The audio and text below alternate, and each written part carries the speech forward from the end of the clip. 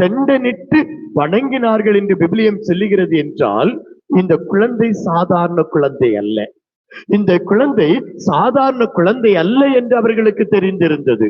யூதா நாட்டிலே பிறந்த இந்த குழந்தை, யூத குலத்திலே பிறந்த குழந்தை, பெத்லகேமிலே பிறந்த இந்த குழந்தை அரச குழந்தை என்பதை அவர்கள் அறிந்த காரணத்தினால்தான் தங்களுடைய வயதையும் பொருட்படுத்தாமல், தங்களுடைய அதிகாரத்தையும் பொருட்படுத்தாமல், தங்களுடைய கல்வி அறிவையும் பொருட்படுத்தாமல் அவர்கள் வணங்கினார்கள். விவிலியத்தில் ஒரு வார்த்தை வரும், ஆண்டவர் மிக அழகாக சொல்லுவார், ஆண்டவரே, நீர் இவற்றையெல்லாம் ஞானிகளுக்கும் படிப்பறிஞர்களுக்கும் மறைத்து யாருக்கு வெளிப்படுத்தினீர்? குழந்தைகளுக்கு வெளிப்படுத்தினீர். இதுதான் நமது திருவிழா. ஞானிகள் குழந்தைகளாக மாறினார்கள். அவர்கள் குழந்தை மன உள்ளத்தோடு வந்தார்கள். ஆகவேதான் ஆண்டவரை கண்டுகொள்ள முடிந்தது.